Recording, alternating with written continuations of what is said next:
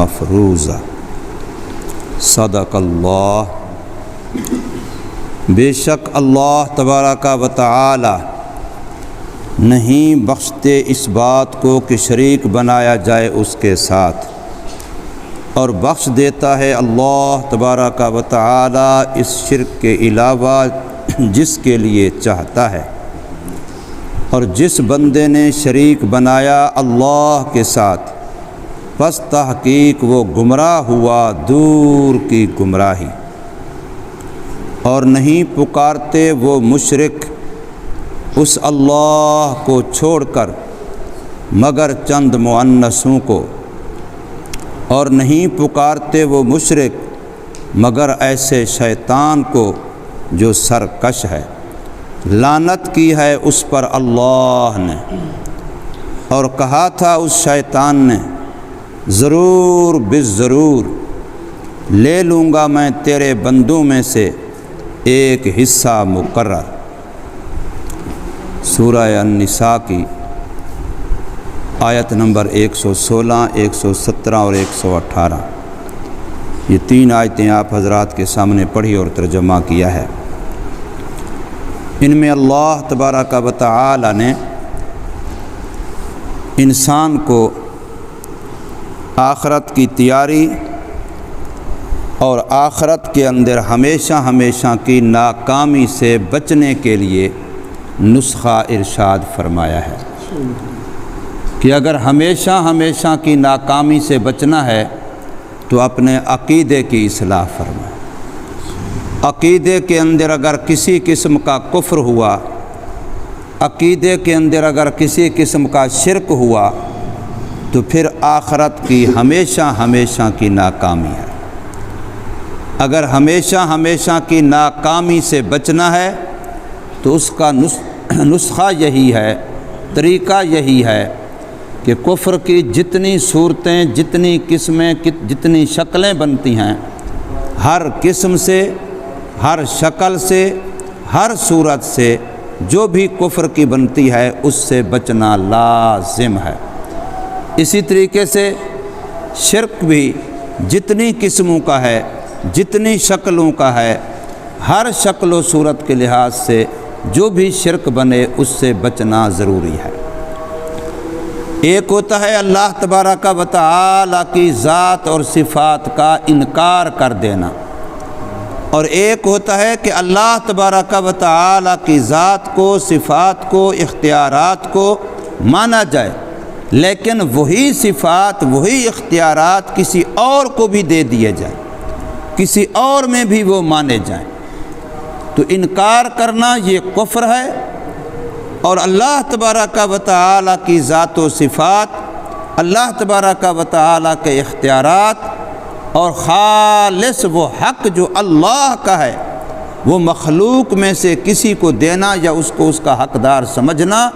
یہ شرک ہے۔ اور حضور صلی اللہ علیہ وسلم نے شرک جلی اور شرک خفی اس دونوں کی بہت ساری صورتوں کو بیان فرمایا کہ من صلی یرائی فقد اشرک، جس نے دکھلاوے کے لیے نماز جیسی عبادت کی اس نے شرک کیا، اس لیے کہ نماز اللہ کو دکھانے کے لیے تھی، اللہ کو خوش کرنے کے لیے تھی، اللہ سے اجر و ثواب و بدلہ لینے کے لیے تھی۔ اور ایک بندہ نماز پڑھتا ہے تاکہ استاد خوش ہو جائے، ابو خوش ہو جائے، تاکہ پیر صاحب خوش ہو جائے، تاکہ میرے جو محلے کے لوگ مجھے ایسا تیسا ویسا سمجھتے ہیں وہ مجھے نماز پڑھتا ہوا دیکھ کے کہیں گے یہ تو بڑا اچھا بندہ ہے، ہم نے غلط سمجھا تھا۔ ان کو دکھانا مقصود ہے، ان کو خوش کرنا مقصود ہے، تو ایسا بندہ یہ شرک خفی میں مبتلا ہے۔ اس نے دل کے اندر وہ وقعت مخلوق کو دے دی ہے جو حقیقت حیثیت کس کی تھی؟ اللہ تبارک و تعالی کی تھی۔ من تصدق یرائی فقد اشرک، جس نے مال خرچ کیا، صدقہ خیرات کیا، چاہے مسجد بنوائی، چاہے کعبۃ اللہ پہ لگایا، لیکن مخلوق کو خوش کرنا، مخلوق کو دکھلانا، ان سے داد لینا مقصد ہے، تو فرمایا یہ بھی شرک خفی ہے۔ غرض ہے کہ اللہ تبارک عبادت اللہ ہی کا حق ہے۔ ہر وہ کام جو آپ اس لیے کرتے ہیں کہ مرنے کے بعد مجھے اس کا اجر و ثواب اور بدلہ ملے گا، قبر میری اچھی ہو جائے گی، آخرت میری اچھی ہو جائے گی، آخرت میں مجھے اس کا بدلہ ملے گا، اسی کام کو عبادت کہتے ہیں۔ منت منوتی اللہ ہی کا حق ہے، قاضی الحاجات اللہ تبارک و تعالی ہی کی ذات ہے۔ اب اگر انسان کسی اور سے وہ امیدیں وابستہ کر لیتا ہے جو امیدیں صرف اللہ کا حق ہیں، یا کسی اور کا دل کے اندر وہ خوف بٹھا لیتا ہے، وہ ڈر کسی اور کا اپنے دل میں پیدا کر لیتا ہے جو حق ڈر اللہ کا ہے، تو یہ بھی شرک ہے، یہ بھی شرک ہے۔ ہمارے ایک پیر بھائی ہیں مولانا احسن محمود صاحب صادق آباد کے، ضلع رحیم یرخان، تو ان کے والد صاحب مولانا نصر اللہ خان صاحب بہت بڑے عالم تھے، وہ اشاعت التوحید سے تعلق رکھتے تھے، جو اپنے آپ کو زیادہ توحید والا کہتے ہیں، ہر کسی پر شرک کا فتویٰ لگا دیتے ہیں۔ لیکن وہ حضرت کی بیعت ہو گئے، صوفیوں میں آ گئے ان کے بیٹے مولانا احسن صاحب، تو کوئی ان کو اشاعتی کہنے لگا کہ تم تو اچھے خاصے توحید والے تھے، تم کہاں صوفیوں کے پاس چل گئے، تو آدھے بجتی ہوتے ہیں۔ تو مولانا احسن صاحب نے جواب دیا، فرمایا آج تک میں نے شرک یہ سیکھا تھا کہ کسی غیر اللہ کو سجدہ کرنا، ان کی منت منوتی، ان کے سامنے جھکنا، یہ شرک ہے۔ خانقاہ اور صوفیوں نے مجھے بتایا ہے کہ اگر دل کے اندر غیر کا خیال آ جائے یہ بھی شرک ہے، دل میں خالص اللہ ہو تب توحید ہے۔ اگر دل میں غیر اللہ کی عظمت، تعظیم، وقت، غیر اللہ کا ڈر، غیر اللہ سے امیدیں، دل کے اندر بھی اگر غیر اللہ آ جائے تو یہ بھی شرک ہے۔ یہ توحید مجھے خانقاہ سے ملی ہے۔ تو توحید اصل یہی ہے کہ دل میں اللہ کے علاوہ اور کوئی نہ ہو، دل صرف اللہ کا ہے۔ جیسے کعبۃ اللہ اللہ کا گھر ہے اس ساری کائنات میں، تو ہر مومن کے دل یہ کعبہ ہے اللہ کا مومن کے جسم میں، اس میں صرف اللہ ہو، جس میں عبادت کا دھوکہ، مخلوق کی وہ تعظیم نہ کر جو خاص خدا کا حصہ ہے، بندوں میں اسے تقسیم نہ کر۔ یہ پیشانی صرف اللہ کے سامنے جھکنی ہے۔ عبادت کی جتنی شکلیں ہیں صرف اللہ ہی کے لیے ہیں۔ لا الہ الا اللہ کے اندر پہلے یہی بتایا کہ عبادت کے لائق اور کوئی نہیں ہے، عبادت کے لائق صرف اور صرف اللہ ہے۔ سجدہ تعظیمی شریعت اسلامیہ میں حرام ہے، کسی غیر اللہ کے سامنے، چاہے وہ زندہ ہو یا مردہ ہو، چاہے وہ کسی ولی کی قبر ہو یا کسی نبی کی قبر ہو،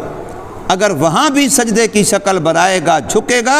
تو یہ شرک ہو جائے گا۔ اور مشرک کے بارے میں قرآن مجید کے اندر ہے کہ شرک ہونے سے اس سے پہلی تمام تر عبادتیں برباد ہو جاتی ہیں، تمام تر نیکیاں کی ہوئی بھی برباد ہو جاتی ہیں۔ تو اس لیے اللہ تبارک و تعالی یہاں ارشاد فرما رہے ہیں ان اللہ لا یغفر ان یشرک بہ، کہ اللہ تبارک و تعالی نے اعلان کر دیا مشرک کی بخشش نہیں ہوگی، مشرک کی بخش، اور مطلق کہا ہے، یہ نہیں کہ جو بتوں کو سجدہ کرے گا صرف وہی مشرک ہوگا، جو گائے کو خدا مانے گا صرف وہی مشرک ہوگا، جو سورج کو خدا مانے گا صرف وہی مشرک ہوگا۔ جو بھی غیر اللہ کسی، جیسے انہوں نے بتوں سے امیدیں وابستہ کی تھیں، کسی نے گائے سے گو ماتا بنا کر کے امیدیں وابستہ کی ہیں، کوئی سورج چاند کو خدا مان لے، مجوسی آگ کو خدا مان لے، اور کوئی آج والا کسی پیر فقیر کے سجدے شروع کر دے، چاہے وہ زندہ کے یا مردہ کے، اس کے سجدے شروع کر دے تو یہ شرک ہے اور اس کی کوئی بخشش نہیں ہے۔ وَيَغْفِرُ مَا دُونَ ذَلِكَ لِمَن يَشَاءُ، ہاں شرک کے علاوہ اور جتنے گناہ ہیں، چاہے وہ صغیرہ ہیں یا کبیرہ ہیں، اللہ جس کے لیے چاہے بخش دے، اس کا نظریہ عقیدہ ٹھیک ہے تو عملی طور پر جتنی کوتاہیاں ہوں گی رب چاہے تو بغیر سزا کے معاف کر دے اور چاہے سزا دے کے معاف کرے، لیکن بہرحال اس کے لیے ایک دن جنت کا داخلہ یقینی ہے۔ وَمَن یشرک باللہ، جس نے بھی اللہ کے ساتھ شریک بنایا، جو تعظیم اللہ کا حق ہے وہ کسی اور کی، جو عبادت اللہ کا حق ہے وہ کسی اور کی، منت منوتی اللہ کا حق ہے وہ کسی اور کی، شور پکار اللہ کا حق ہے وہ کسی اور کی، جو بھی اللہ کے حق ہیں، اللہ کی تعظیم ہے، اللہ کی صفات ہیں، عالم الغیب صرف اللہ کی ذات ہے، مختار کل صرف اللہ کی ذات ہے، ہر وقت ہر چیز کو ہر حالت میں دیکھنے والا جاننے والا صرف اور صرف اللہ ہی ہے۔ اللہ کے علاوہ کسی کو جو اللہ دیتا ہے وہی ملتا ہے،